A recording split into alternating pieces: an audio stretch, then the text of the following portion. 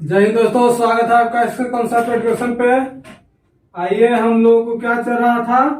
चोल वंश चल रहा था। क्या चोल वंश चल रहा था? चोल वंश में हम लोग राजेंद्र द्वितीय तक पढ़ लिए थे। कहाँ तक?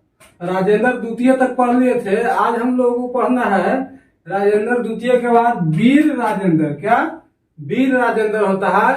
और राजेंद्र द्वितीय से हम लोग क्या देखे थे? राजेंद्र द्वितीय से देखे थे कि वो राजा धीराज के भाई था। कौन था? और इसके राजा धीराज के पहले जो जितना राजा हुआ सब एक दूसरे के पुत्र था। क्या था? एक दूसरे के पुत्र था। उसका पुत्र उत्तराधिकारी बनता था। और यहाँ से हम लोग देख रहे हैं, कहा से? राजेंद्र द्वितीय से हम लोग देख रहे हैं कि उसका भाई उत्तराधिकारी बन रहा है। कौन? उसका भाई उत्तराधिकारी बन रहा है। और ठीक उसी तरह वीर जो राजेंद्र है, वीर राजेंद्र नाम था। क्या था राजा का? अगला राजा का नाम वीर राजेंद्र था। वो कौन था? तो वो राजेंद्र द्वितीय का भाई था। किसका? राजेंद्र द्वितीय का भाई था एवं उसका उत्तराधिकारी भी बना। जैसे है राजेंद्र द्वितीय की मृत्यु हो जाता है और राजेंद्र द्वितीय की मृत्यु होते ही वीर राजेंद्र बनता है शासक। कौन? वीर राजेंद्र शासक बनता है। और इसका शासन काल क्या? इसका शासन काल 1062 ईस्वी से लेकर 1067 ईस्वी तक रहता है। कितना? 1062 ईस्वी से लेकर के 1067 ईस्वी तक रहता है। और ये लगभग 5 वर्ष शासन करता है। कितना वर्ष? ये 5 वर्ष शासन करता है। अपने कार्यकाल के दौरान कुछ नहीं कर पाता है। अब लगभग इसके बाद का जो शासक है, एक राजा और आता है और चोल वंश समाप्त हो जाता है। यानी चोल वंश का अंतिम राजा कौन आता है? तो राजेंद्र तृतीय रहता है। कौन? राजेंद्र तृतीय रहता है। तो यहाँ से क्वेश्चन पूछेगा कि चोल वंश का अंतिम शासक कौन था, अंतिम राजा कौन था? तो राजेंद्र तृतीय। तो आइए हम लोग वीर राजेंद्र को पढ़ते हैं। किसको? वीर राजेंद्र को पढ़ते हैं। तो वीर राजेंद्र का सबसे पहले कार्यकाल, तो वीर राजेंद्र का कार्यकाल 1062 ईस्वी से लेकर के 1067 ईस्वी तक रहता है। कितना? 1062 से लेकर के 1067 ईस्वी तक रहता है। यानी 5 साल शासन करता है। और ये राजेंद्र द्वितीय, क्या? राजेंद्र द्वितीय के भाई होता है। यहाँ देखिए, राजेंद्र द्वितीय से ही भाई चला आ रहा है। राजा धीराज के भाई था राजेंद्र द्वितीय। पिछला वीडियो में हम लोग देखे हैं। अगर पिछला वीडियो नहीं पढ़े हैं, पिछला वीडियो को नहीं देखे हैं, तो पहले पिछला वीडियो को देख लीजिए, उसके बाद इस वीडियो को देखिए, ज्यादा समझ में आएगा। तो क्या था कि राजेंद्र द्वितीय जो था वो राजा धीराज के भाई था। तो वहां से हम लोग देख रहे हैं कि सब भाई शासक बन रहा है। इसके पहले देखे थे राजा धीराज के पहले जितना शासक था सब पुत्र शासक था। एक दूसरे के पुत्र, जैसे ही पिता की मृत्यु हो जाता है उसका पुत्र शासक बनता था। अब देख रहे हैं राजेंद्र द्वितीय से देख रहे हैं कि उसका क्या? भाई शासक बन रहा था। राजेंद्र द्वितीय भी राजा धीराज का भाई था। और यहाँ वीर राजेंद्र जो है वो राजेंद्र द्वितीय का भाई था। क्या था? भाई था। एवं भाई के जैसे ही मृत्यु हो जाता है वो अपना कार्यकाल संभाल लेता है। यानी राजेंद्र द्वितीय का उत्तराधिकारी भी होता है। कौन? वीर राजेंद्र। और ये सिर्फ उपाधि लिया था। इसका उपाधि से क्वेश्चन एग्जाम में आता है कि उपाधि क्या लिया था? तो राज केसरी। क्या? राज केसरी की उपाधि लेता है। वीर राजेंद्र जो होता है वो राज केसरी की उपाधि लेता है। यहाँ से सिर्फ एक ही क्वेश्चन याद रखना है कि राज केसरी की उपाधि किसने लिया था? क्या? राज केसरी की उपाधि किसने लिया था? तो वीर राजेंद्र था। कौन? वीर राजेंद्र था जो राज केसरी की उपाधि लिया था। क्वेश्चन यहाँ से आवेगा भी, तो यही एग्जाम में क्वेश्चन पूछेगा कि राज केसरी की उपाधि किसने लिया था? तो हम लोग टिक आउट करेंगे राज क्या? वीर राजेंद्र। क्या? वीर राजेंद्र। और इसी प्रकार चोल वंश का समाप्त हो जाता है और चोल वंश का अंतिम शासक राजेंद्र तृतीय बनता है। कौन? राजेंद्र तृतीय बनता है। और इसके कार्यकाल में चोल वंश समाप्त हो जाता है। आज हम लोग मुख्य रूप से बात करेंगे चोल प्रशासन एवं संस्कृति पर, कि चोल वंश का प्रशासन कैसा था, वहां का संस्कृति कैसा था, कैसे शासन चलता था। आज उसको पर हम लोग बात करेंगे मुख्य रूप से। वही अगर यहाँ से क्वेश्चन आएगा तो वीर राजेंद्र से अगर क्वेश्चन आता है तो वीर राजेंद्र का शासनकाल कब से कब तक था? तो 62 से 1062 ईस्वी से लेके 1067 ईस्वी तक ये राजेंद्र द्वितीय का भाई था एवं उसका उत्तराधिकारी बना। और ये राज केसरी का उपाधि लिया। क्या? राज केसरी का उपाधि लिया। और उसके बाद चोल वंश का अंतिम शासक कौन था? तो राजेंद्र तृतीय। क्वेश्चन यहीं से एग्जाम में पूछेगा कि चोल वंश का अंतिम शासक कौन था? तो राजेंद्र तृतीय था। कौन था? राजेंद्र तृतीय। उसके बाद हम लोग आते हैं चोल प्रशासन पे। क्या? चोल प्रशासन पे आते हैं कि चोल वंश का प्रशासन कैसा था, वहां का संस्कृति कैसा था, कैसे चोल वंश चलता था। तो आइए देखिए, राजा का पद जो है वो क्या होता था? पैतृक होता था। जो राजा का पद होता था, चोल वंश में जो राजा होता था उसका पद होता था वो पैतृक होता था। क्या? पैतृक किसको कहते हैं? तो पैतृक होता है कि पिता के मृत्यु के बाद, क्या? पिता की मृत्यु के बाद उसका पुत्र ही उसका उत्तराधिकारी बनेगा, यानी पुत्र ही उसका उत्तराधिकारी बनते जाएगा, तो उस पद को पैतृक कहते हैं। और लोकतांत्रिक में क्या? लोकतांत्रिक में होता है कि जनता के द्वारा चुना गया प्रतिनिधित्व रहता है। क्या? जनता के द्वारा। तो लोकतांत्रिक और पैतृक, पैतृक मान होता है क्या? पिता की मृत्यु के बाद उसका पुत्र ही उसका उत्तराधिकारी बनेगा। तो चोल वंश का जो शासन था वो पैतृक था। क्या? पैतृक था, यानी उसका मृत्यु के बाद उसका पुत्र ही बनता था। सिर्फ एक दो राजा हम लोग देखे कि उसका भाई राजा बना था। क्या? भाई राजा बना था, यानी उसका रिलेशन। उसके बाद क्या था कि प्रशासनिक कार्य करने वाले अधिकारी, जो प्रशासनिक कार्य देखता था उस अधिकारी को क्या कहते थे? तो औले कहते थे। क्या? औले कहते थे। जो अधिकारी होता था जो प्रशासनिक कार्य को देखता था, क्या? प्रशासनिक कार्य को देखता था, उसको औले कहा जाता था। कैसे हमारा राज्य में प्रशासनिक कार्य चलेगा, कैसे ठीक ढंग से व्यवस्था करेंगे कि हमारा राज्य बहुत ही ठीक ढंग से चल पाएगा, राज्य के विकास होगा, तो सारे अधिकारी को औले कहता था। क्या कहा जाता था? औले। तो क्वेश्चन एग्जाम में यहां से आएगा। क्वेश्चन चोल वंश से अगर पूछेगा तो देखिए प्रशासनिक कार्य से ही ज्यादा क्वेश्चन, उसका संस्कृति से ही क्वेश्चन रहता है। तो प्रशासनिक कार्य करने वाले अधिकारी को औले कहा जाता था। क्वेश्चन कैसे पूछेगा यहाँ एग्जाम में? क्वेश्चन ऐसे पूछेगा, देखिए कि चोल वंश के प्रशासनिक कार्य करने वाले इकाई को क्या कहा जाता था। क्वेश्चन में 4 गो ऑप्शन दे देगा, एक वो रहेगा औले। क्या? औले कहा जाता था। और उच्च अधिकारी को, जो पद पर विराजमान होता था उच्च अधिकारी, उस उच्च अधिकारी को क्या कहते थे? तो क्या कहते थे? पेशंदरम। क्या? पेशंदरम। पेशंदरम संस्कृत भाषा जैसा शब्द लग रहा है। पेशंदरम। क्या? पेशंदरम। पेशंदरम कहा जाता था। जो भी चोल वंश का उच्च अधिकारी होता था, जो उच्च पद पर विराजमान होता था, उसको पेंदरम कहते थे। क्या कहते थे? पेशंदरम। क्या? पेशंदरम। पेशंदरम। उसके बाद छोटे अधिकारी को क्या कहा जाता था? तो सेरुस्तम। क्या? सेरुस्तम। उच्च अधिकारी को, जो उच्च पद पर बैठा होता था, उसको पेशंदरम कहते थे।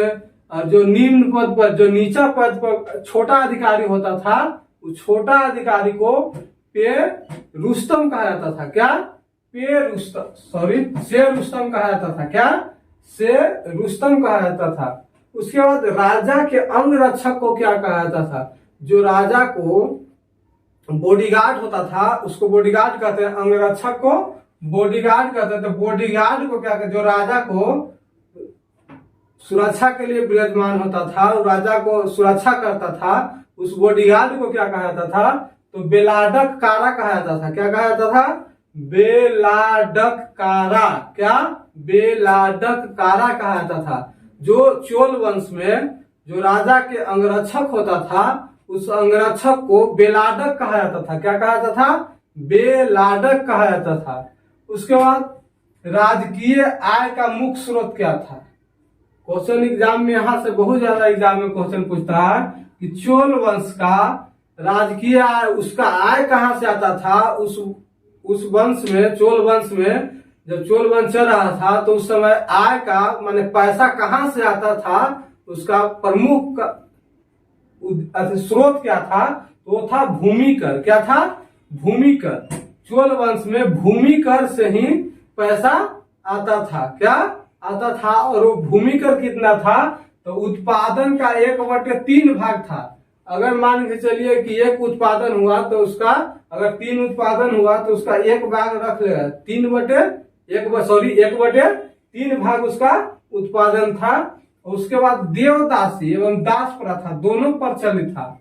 देवदासी यानी दासी भी उस समय रखता था, दास भी रखता था। क्या? दास भी रखता था। दासों रखने की भी परंपरा उस समय चला रहा था। चोल काल में दास भी रखता था और देवदासी भी रखता था, वो दोनों परंपरा चला आ रहा था। अब मूर्ति कला की विशेषता जो था उस समय चोल वंश में, मूर्ति कला की क्या विशेषता था, तो हम लोग पीछे राजा पढ़े थे तो देखे थे कि नटराज की मूर्ति था। क्या? नटराज की मूर्ति था, जो चोल वंश से ही मिला था, हम लोग को प्राप्त हुआ था। जो क्या था? कांसे की मूर्ति था। किस चीज का मूर्ति था?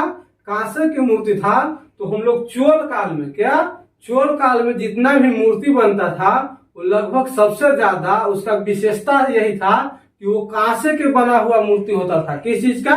कांसे का बना हुआ मूर्ति होता था। और ब्राह्मणों को जो कर मुक्त भूमि दिया जाता था, अगला प्रश्न है कि ब्राह्मणों को जो कर मुक्त, उसको उस भूमि पर कोई टैक्स नहीं लगता था, उसी को कर मुक्त भूमि कहा जाता है। तो उस भूमि को क्या कहा जाता था? तो चतुर्वेदी मंगलम। क्या? चतुर्वेदी मंगलम कहा जाता था। जो पंडित लोग को दान में दिया हुआ भूमि रहता था उसको पर कोई टैक्स नहीं लगता था, कोई उत्पादन कर नहीं लगता था। 1/3 भाग यानी जो भाग, जो जमीन हम पंडित जी के दे देता था राजा, तो अगर राजा पंडित जी को दे दिया, पंडित को दे दिया, ब्राह्मण को दे दिया, तो ब्राह्मण को क्या होता था कि उस कर पर, उस जो भूमि होता था उसको पर कोई कर नहीं लिया जाता था, कोई टैक्स नहीं लिया जाता था। ऐसे क्या था कि किसानों से 1/3 भाग टैक्स लिया जाता था। मगर जब ब्राह्मण को कर मुक्त भूमि दे दिया गया है तो उसको पर कोई टैक्स नहीं लगता था। उसको क्या कहते थे? तो चतुर्वेदी मंगलम कहते थे। क्या कहते थे? चतुर्वेदी मंगलम। मंदिर निर्माण की जो शैली होता था चोल काल में, मंदिर निर्माण की शैली को द्रविड़ शैली कहा जाता था। उस समय विकास ही हुआ था द्रविड़ शैली का। क्या? द्रविड़ शैली का विकास हुआ था। आइए इसको एक बार फिर से प्रशासन को रिवाइज कर लेते हैं ताकि हम लोगों को वीडियो में ही ठीक ढंग से याद हो जाए। तो आइए, चोल वंश का प्रशासन। क्या? चोल वंश का प्रशासन। तो चोल वंश का जो राजा होता था, क्या, चोल वंश का राजा होता था वो पैतृक पद था। अपने पिता के मृत्यु के बाद उसका पुत्र ही उसका उत्तराधिकारी बनता था। क्या? उसका पुत्र ही उसका उत्तराधिकारी बनता था। और ये राजेंद्र द्वितीय से हम लोग देखें कि उसका भाई क्या हुआ, उसका उत्तराधिकारी बना। तो अगर पूछेगा कि चोल वंश का जो राजा का पद होता था वो पैतृक होता था या लोकतांत्रिक होता था, तो हम लोग को पैतृक टिक आउट करना है। क्या? पैतृक टिक आउट करना है। और प्रशासनिक इकाई को क्या कहा जाता था? तो औले कहा जाता था। जो प्रशासनिक इकाई संभालता था उस समय, जो अधिकारी प्रशासनिक इकाई संभालते थे, जो संस्था जो था वो प्रशासनिक इकाई संभालता था, उसको क्या कहा जाता था?